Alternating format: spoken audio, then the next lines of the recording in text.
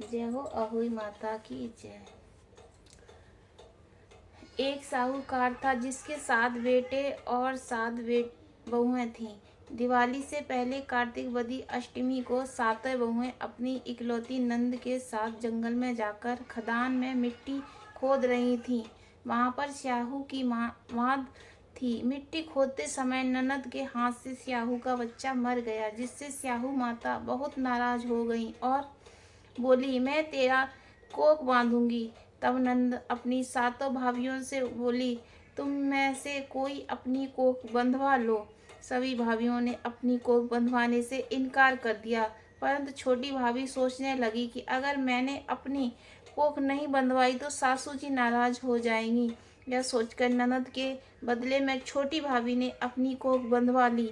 अब इसके बाद उसके जो बच्चे होता वह 7 दिन का होकर मर जाता। एक दिन पंडित को बुलाकर पूछा, मेरी संतान 7वें दिन क्यों मर जाती है? तब पंडित ने कहा, तुम सुरहाई गाय की सेवा करो। सुरहाई गाय स्याहू माता की भाईली है, वह तेरी को खुलवा देगी, तब तेरा बच्चा जिएगा। अब वह बहुत जल्द उठकर चुपचाप सुरहाई गाय के नीचे साफ सफाई करती। सुरहाई गाय ने सोचा, रोज उठकर कौन सी मेरी सेवा कर रहा है, जो आज देखूंगी। गाँव माता सवेरे उठी, क्या देखती है कि स्याहूकार के बेटे की बहू उसके नीचे साफ सफाई कर रही है।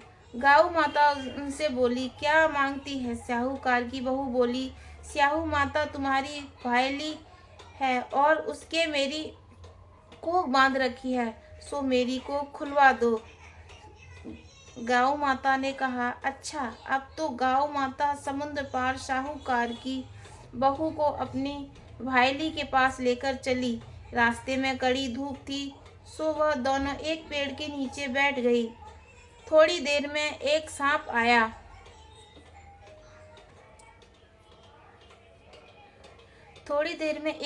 आया। उसी पेड़ पर गरुड़ पंखनी का एक बच्चा था। सांप उसको डसने लगा। तब साहूकार की बहू ने सांप मारकर डाल के नीचे दबा दिया और बच्चे को बचा लिया। थोड़ी देर में गरुड़ पंखनी आई तो वहां खून देखकर साहूकार की बहू को चोंच मारने लगी। तभी साहूकार की बहू बोली, मैंने तेरे बच्चे को नहीं मारा, बल्कि सांप तेरे बच्चों के करीब आया था। मैंने तो उससे तेरे बच्चे को रक्षा की है। यह सुनकर गरुड़ पंखनी बोली, मांग, तू क्या मांगती है? वह बोली, 7 समुद्र पार साहू माता रहती है, हमें तो उनके पास पहुंचा दे। जब गरुड़ पंखनी के दोनों को अपनी पीठ पर बिठाकर स्याहू माता के पास पहुंचा दिया। स्याहू माता उसको देखकर बोली, आ बहन, बहुत दिन में आई है। फिर कहने लगी, बहन, मेरे सर में जुए पड़ गए हैं। तब सुराही के कहने पर साहूकार की बहू ने उसकी सारी जुएं निकाल दी। इस पर स्याहू